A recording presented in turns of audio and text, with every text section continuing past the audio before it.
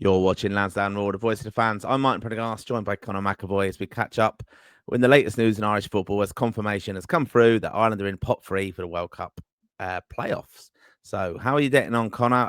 A poor day in Irish football, but we're going to focus on the breaking news.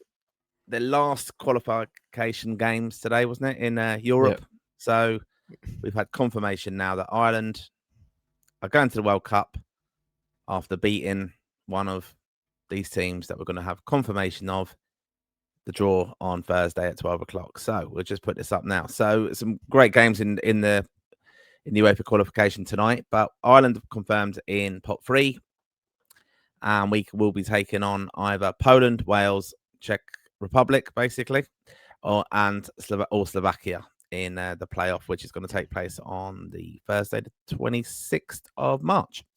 And it's confirmed as well that Ireland will be playing away in that first game. So looking forward to that draw, aren't we, Conor? Who do you fancy out of that then? Good question. I probably would say Czechia. I would probably say Czechia just because a lot of their teams. I think you can't say Czech Republic anymore. I think it's kind of one of them. You're not. I think it's one of them things. I think you get in trouble. No, I don't think. I think just to like to go by that instead. Although I do think Ireland should just change their name to Ireland because. Why do we need to call ourselves the Republic of Ireland? We're just Ireland. Like I don't get it. Do you not get it? I think the same. But anyway, yeah, Czechia probably. Poland are just the obvious one you want to avoid. Wales are the sort of team that you know they're really good at home. Like they're showing it tonight against North Macedonia. 7-1 in the end. Fairness, an unbelievable performance by them. North Macedonia was not like they were playing for nothing. They already had a playoff guaranteed, but now they're going to be playing one of the big boys because they're pot 4. And yeah, and like Slovakia as well, they've done quite well in recent years in European competition, but they're another that you would fancy your chance. I'm not saying you'd expect to go and win, but you would be, if you're going to play anyone, you'd be hopeful that you can go and beat them, and you can hopefully go and beat Czechia, you're hopeful you go beat Wales. Poland's where you'd go in with real nerves, but we've shown on Sunday we can go away and win big matches. But yeah, Poland's the obvious one you want to avoid, and a Scotland result tonight kind of didn't help things. I was hoping that actually, because I was thinking, Martin, just looking at it here, I thought it was Ukraine that were dropping down and Poland were staying in pot 1. And I actually don't. I think Ukraine would be a lot better of a draw than Poland because I don't think that Ukraine side's overly great. Obviously, overall they've quite a good squad, but they've no like Lewandowski in their team that would really, really scare you. But sometimes when these teams have one big star name, it's all about them. It can drag them down a bit. But yeah, the Scotland game was a bit of a kick in the, but I wouldn't have wanted to go away to Scotland and get them in Hampden. That would have been a real tricky tie. People are saying, I think that'd be worse than going away to Warsaw and playing Poland, to be honest with you. And then obviously, but the negative about that is, knowing our luck, we'll probably get Czechia in the semi, beat them in the semi, and away to Denmark in the final, or at home to Denmark to break our hearts again. Even though we were due revenge against them, it would just break your hearts. But yeah, Martin, know what you think? Like, even looking at the pot 1 and pot 4 teams, Sweden, obviously, I honestly think Sweden will probably pull off an upset, knowing what they're like, and Isak will probably be flying Liverpool. Let's see, as Gyökeres will be scoring for fun. Romania, you wouldn't really. Maybe Romania could do Ukraine, but I don't think they would do the other 3, to be honest. North Macedonia, you'd expect to get knocked out, and that other state, okay. I would expect country, is it?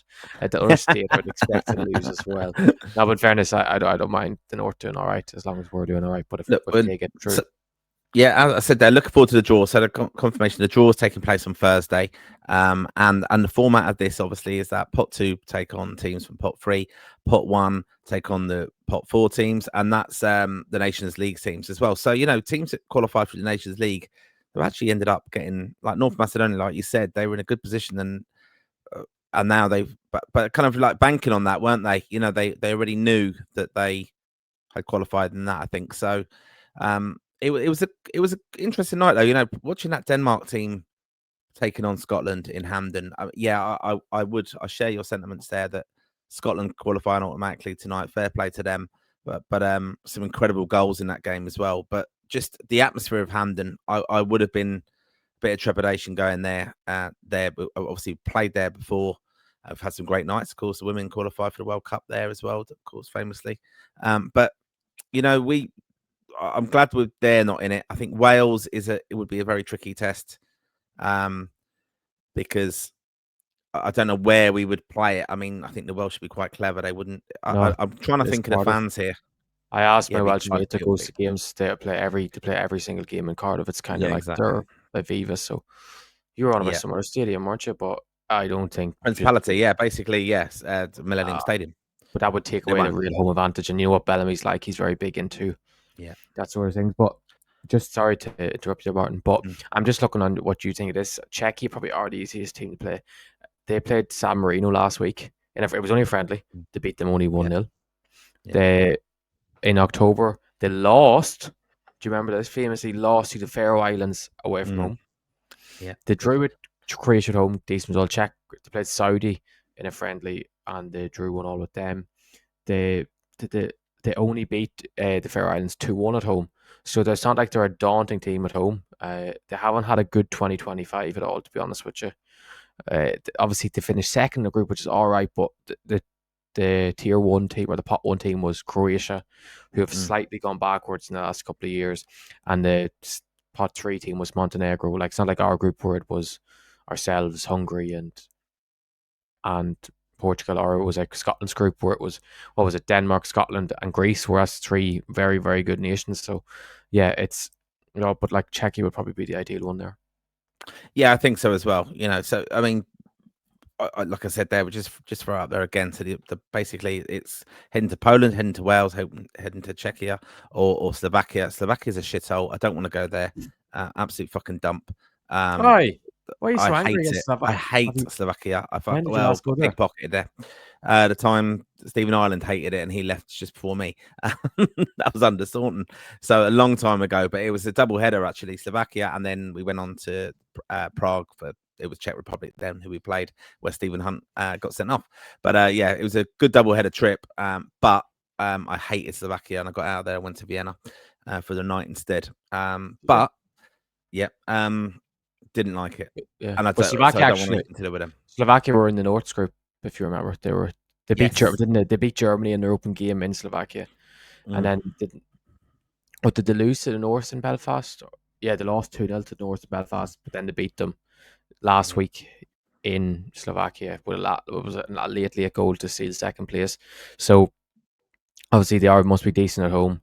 They don't have a real standout team of players, of big names, expensive players that our team really does have. But they're the sort of team in the nation that always plays well with group players. A lot of lads, don't they? They play for all the couple of Prague teams that play locally, so they're used to playing with each other. But you'd think them two would be the two ideal. Like obviously Wales have a lot of technically some like Harry Wilson's very good. Brendan Johnson, I know people don't think he's that great, but he still plays for Spurs at the end of the day. David Brooks at Bournemouth's brilliant technical player. So they have some very, very decent players. Like Ampadu's a good player. They do have a decent team. Like I would still back us to go there and win, but they would probably be the second worst of the pot two teams. Yeah, I think going to Wales is very difficult as well, and I'm just thinking as well of Ireland fans, and the demand for tickets now because feel good factors back in Irish football. The interest is just at an all-time high, to be honest, and people will want to travel to these games, so it is going to be away first. So I always think, Conor, perhaps with my Risk London chairman hat on, knowing that there'll be huge demand for tickets. I like to have a big stadium, so I know that Irish fans can get tickets, but we will be bringing. Is it not because you're a ticket tout and could you charge I can't 20 ticket quid? tout. No, No money, shut listen. up. Good. I know Jesus. I'm going to get you in trouble here. Yeah, You're you not a are. ticket tout. You lose money on No, tickets. true. But I'm just thinking, Poland. Where do they play? Is that Warsaw? Probably, Yeah, I but it could believe be so. anywhere, Yeah, couldn't it? There. Yeah, I I mean believe that's going to so. be a very big stadium. Wales, as we said, would be in Cardiff, and then Czechia will be in Czech Republic. We've been there as well, so we're used to those kind of places, I suppose. It's disappointing, what I'm hopeful though, because I don't fear any of those teams really in one game. And an incentive as well will be, which we'll know Thursday, if the draw works out our way. Because just to clarify for all the listeners and viewers, that the draw for the final, if taken for granted that you get through, in a sense, they will say with who is the home nation in that particular game, won't they? So it could be that you're playing for a final in your own home ground, which would be amazing. I mean, and that's obviously on the 31st of March. So it's going to be incredible. window is we obviously and the draw is going to be very exciting to see, because you're going to know what's happening and who we're going to possibly be facing, of course. So there'll be lots of predictions on that, I'm sure. But no one's fear of that thinking. Who did you want to say you wanted to get? You didn't say who you wanted to get. Czechia, was it? No, I think I mean I think Wales will be very difficult going there. I think because that result tonight, they were under huge pressure, and I think they had the backup spot there, didn't they, from a Nations League? So that he wanted to win to top the group. Was that no, to secure second, wasn't it? I think, is that right?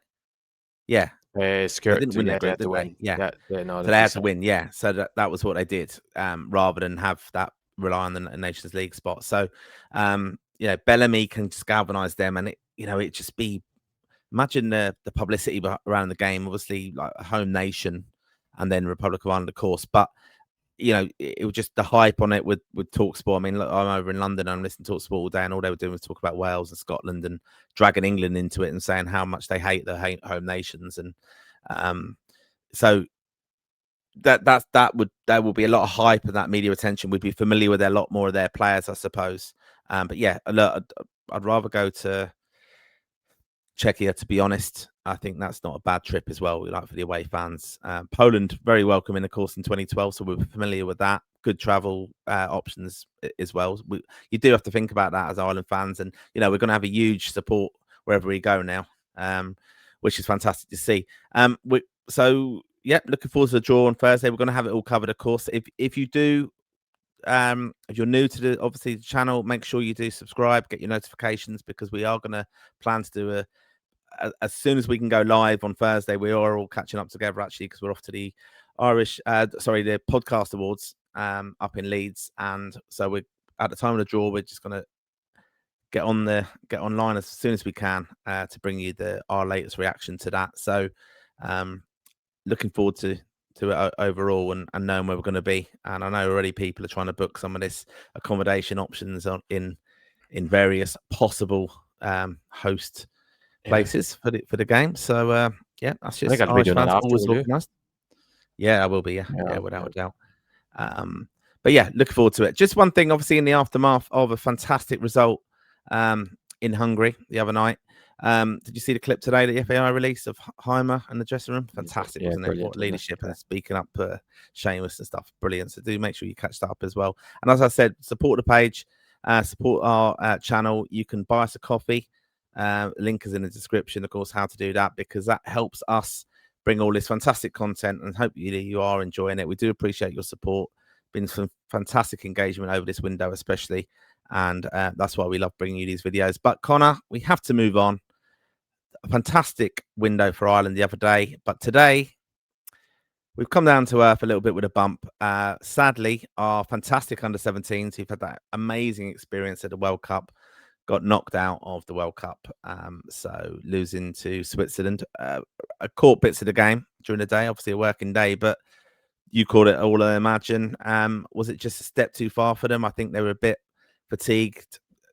I'd question probably some of the management decisions, to be honest, even at that level. Formations, I thought the commentary picked out that quite well, didn't they? And just we battled back a little bit, but we were kind of probably outclassed in the end, to be honest. What was your thoughts on the game? That was it. Like, first half was all right, kept shape well. It seemed to be happy enough with it. The second half, Switzerland tactically adjusted to combat what we were doing, because in all reality they would have been setting up to face off against an Ireland in a 4-3-3 shape, and they would have been a bit surprised by that once we went to a 3-5-2. Maybe that was the element of shock what Colin O'Brien was trying to do and shocked them early, but it didn't really work. The first half was nip and tuck between both teams. Both teams had chances, but nothing really major. Then it got the second half, and I knew straight away. I always text people, said we need to switch formation here. It's not. It did first 5 minutes, they hit the post, second half, and they were well on top.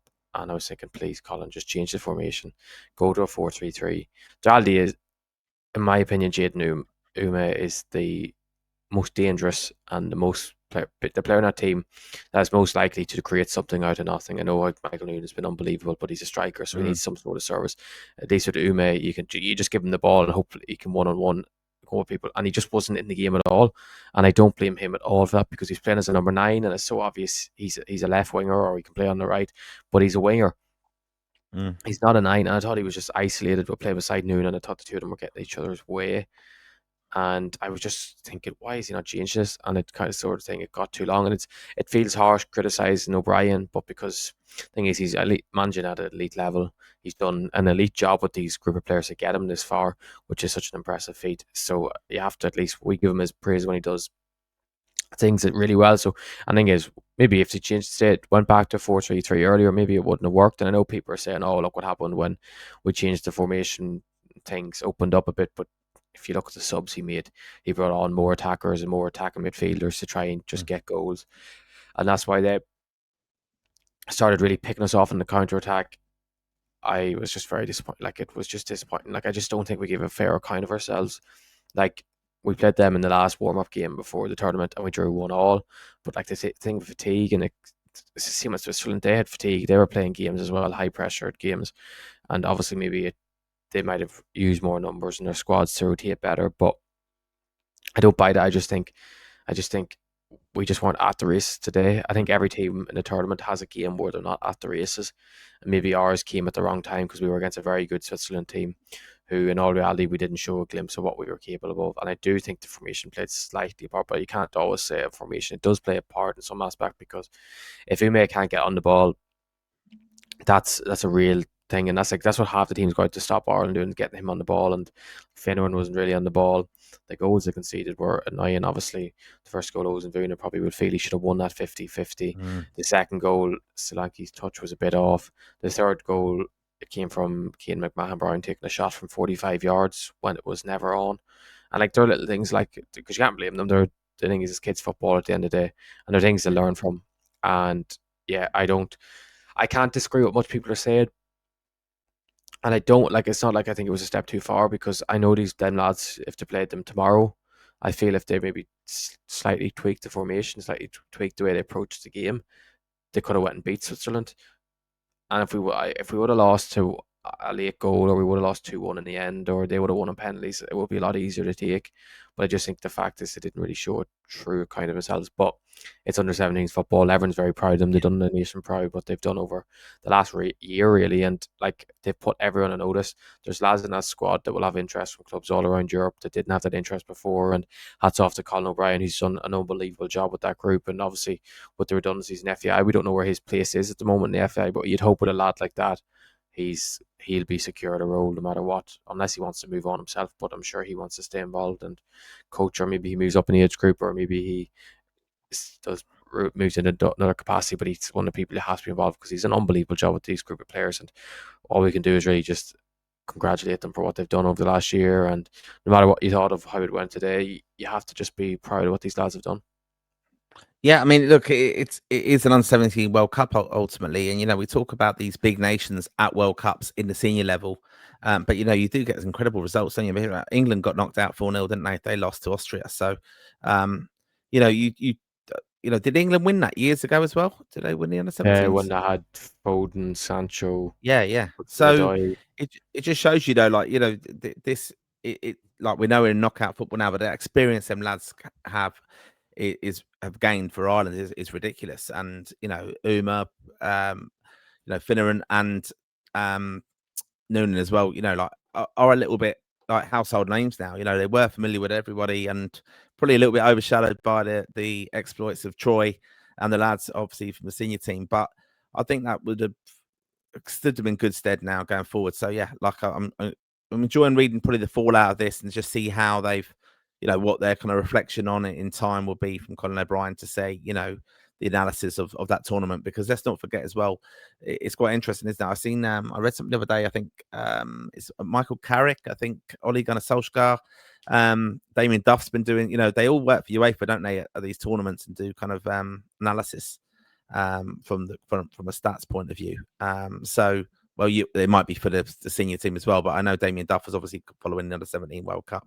But yeah, I mean, you sometimes get these reports then afterwards on FIFA.com or wherever it is, and it's very interesting, I think, from an analysis point of view of which way teams are set up. So I'm sure there'll be a little bit of an in-depth analysis on Ireland and why perhaps they change tactics, and it might have just been a step too far for me. They're 17-year-olds.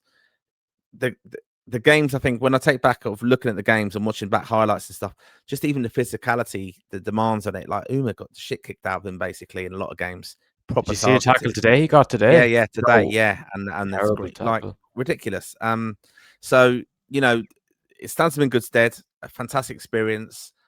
Incredible memories made as well for the lads, and hopefully a lot of them will kick on now and feature in the under-19s and future teams for Ireland, of course, as well. So on the subject of under-19s, Conor, they were in action today. So let us know about that.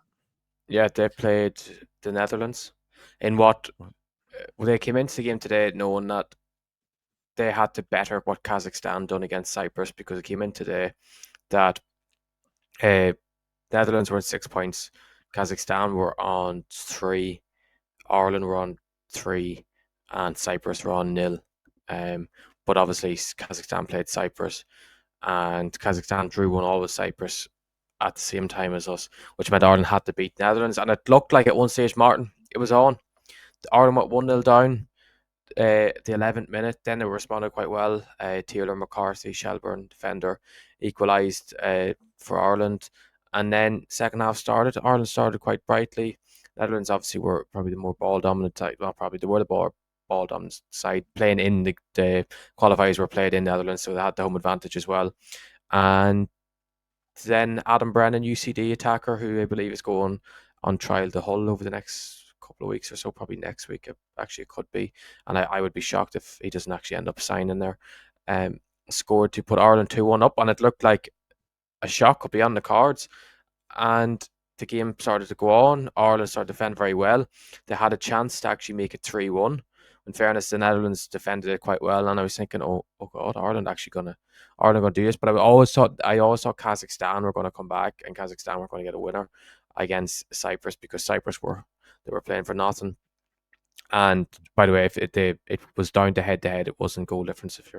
If you're wondering that, so Kazakhstan had to finish the same points as Ireland, they would have got through because they beat Ireland 1-0. But yeah, Ireland defended very well, and then it got to the 78th minute. And if you want to feel old, Martin, a certain Clivert's son scored. Wow.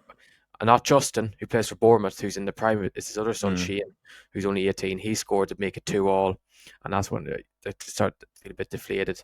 Then the 83rd minute, they got a goal to make it 3-2. And then 92nd minute, when Ireland were going for it, they had centre half going up front, and they made it 4-2. And it was one of those days, it was just Ireland were just very unlucky. And it must be emphasised, Ireland obviously haven't advanced to the elite stage now, which is under 19s is when it starts to get really difficult, when all squads are decent. But the reality is Ireland came into this campaign with 19 players. I'm not joking, 19 players. Not 3 or 4, 19. Yeah. 19 players for where Tom Owen was unavailable to pick. And I can guarantee you now at least 15 of those would have been in the squad. And to make it even worse today, the one name that would have been the outstanding, like definitely would have started if the full squad was still there, if all 19 players were available. Aaron Ochoa got injured in the warm-up before the Cyprus game, so he missed today's game as well.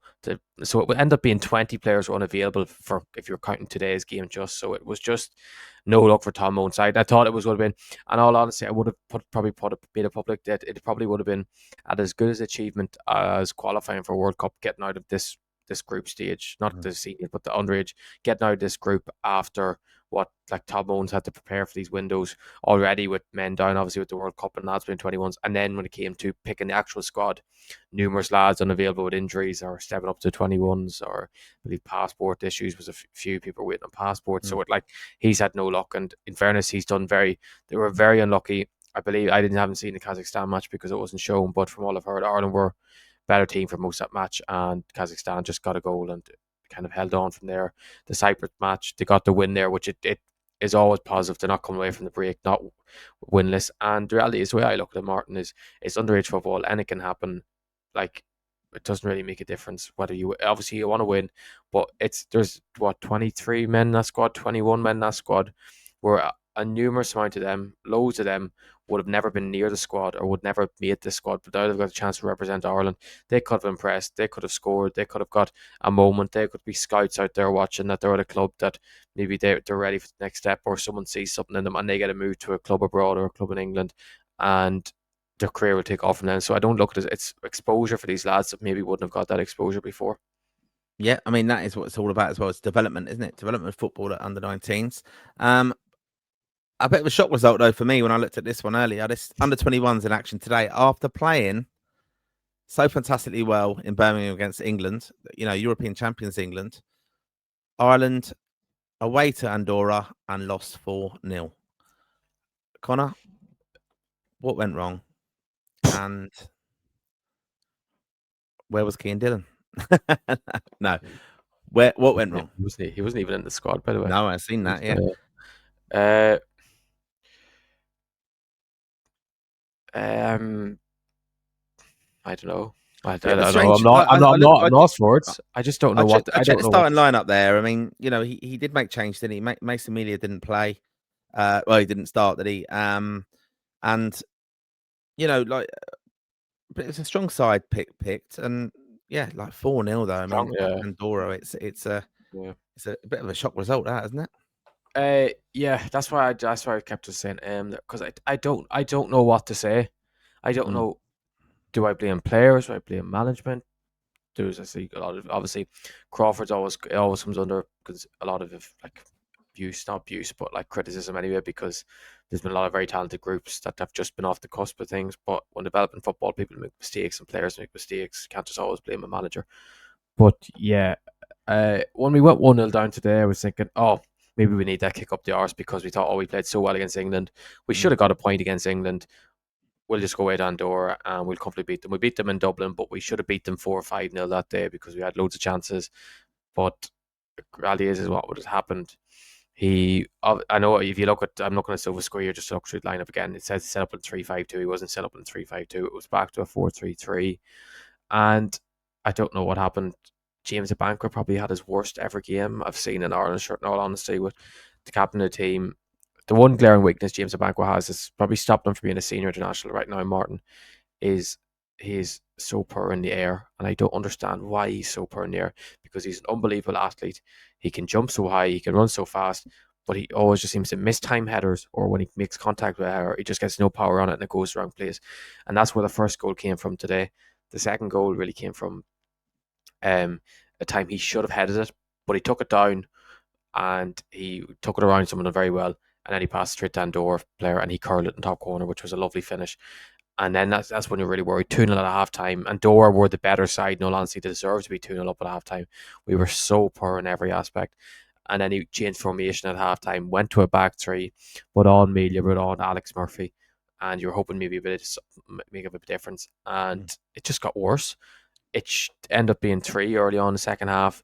It should have been 4 or 5. Noah Johnny gave away a penalty just out of, I don't know if you've seen him, Martin.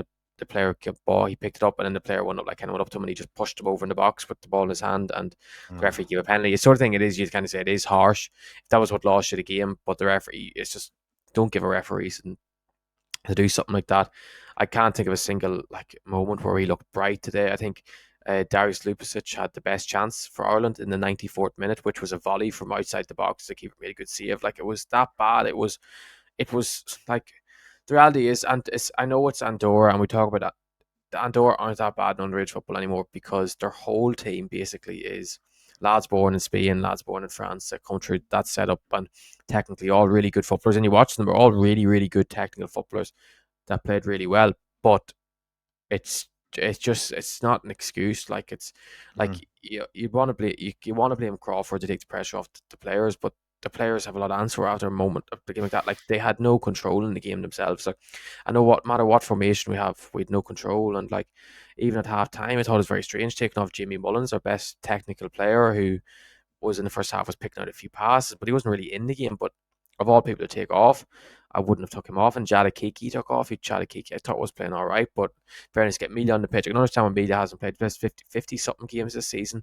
He deserves a bit of a break. The more important game as such, you'd see, to go and play your main number 9 was against England, and it didn't work out. And I just don't know, Martin. Like, the only player that I thought actually looked good today was Trent Conor-Doherty, and he must take a lot of praise, in fairness, because in fairness to the lad, he never stopped going. He was always looking to get on the ball, always looking to make things happen, and that's the lad you can see has a massive future in the game. I thought Trent was like outstanding. I thought no matter what happened today, he can leave his put his head up high. He gave everything for the jersey, and I don't know what happened with the rest, to be honest with you, Martin. I'm lost for words. Like, I don't like blaming lads, as you know, especially at underage level. I don't like to point lads out, but like, I like to praise when they do well, particularly. But I don't know what to say, because it was one of the most like embarrassing results. We were humbled today, in all honesty. That's what it was. It was a humble in defeat, because we had the great moment of Sunday. We had the great performance against England. We thought we were probably better than these lads. We thought we could go in and just play our usual game, or just go and get the job done, rather than actually go through a 90-minute slog where you have to actually put a proper game against these lads, especially on an AstroTurf pitch as well, which is really encourages maybe that, what we'd say, that Spanish style of football that they probably are inheriting in Andorra now. So yeah, I don't. Very, very, very, very frustrating game. Yeah, I was just seeing the other results in that group. Obviously, England went away to Slovakia and won 4-0. So, they're top of the group now, 15 points. Perfect as well. Perfect so far. 5 wins. Slovakia have played a game more than us on 13 points, so just 2 off England. But, we've got a game in hand on them. We're on 7 points, but Andorra right up our asses. They're on 1 point behind on 6 points. So, games to come, of course, but England at home is one of them, isn't it? Yes, very And last then, game.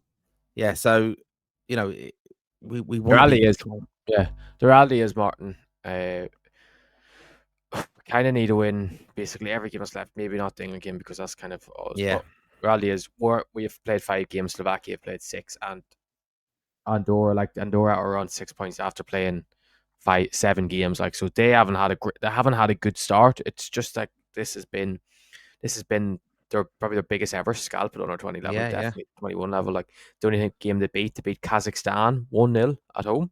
Like, Yeah. that's not something that would make you think that they should be beating us 4-0. No, Like, and I'm looking exactly. here, Slovakia, our game in hand. Say we win our game in hand, which I believe is Kazakhstan.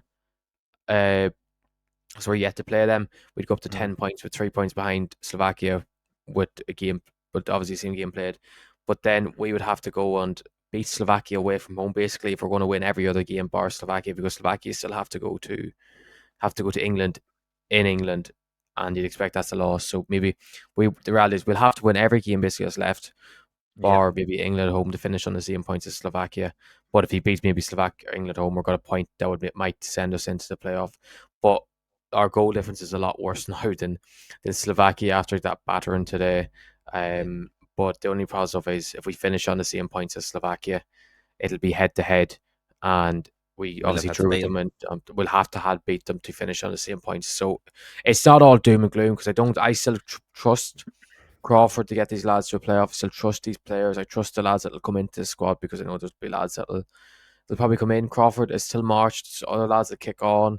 Some lads will step back. Like, a lot of these lads, in fact, haven't been playing week in, week out regular football. And I think today is maybe an example of why some of them haven't been playing week in, week out, because it just wasn't good. But yeah, Martin, I don't know what you're thinking behind this. Yeah, I mean, I think it's fortunate in a way that Slovakia, we've got them away, and we know that it could be in our kind of hands to get a result there. I would have took that in a sense, but we've got to get the job done against other teams, and then bring it down to England the last game and trying to get maybe a point just to secure a kind of that playoff space. We're not going to get it. Obviously, we're not going to get above England now, but there's definitely incentive there for them. And again, it's development football at the under 21s, and I've seen some people. We were chatting on WhatsApp groups tonight.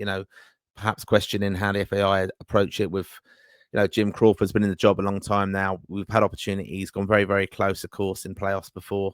But it is development football. You only get a few years with them, especially when they're at their kind of 2021 age group. That they can't play in multiple campaigns like some Mason Emilia can.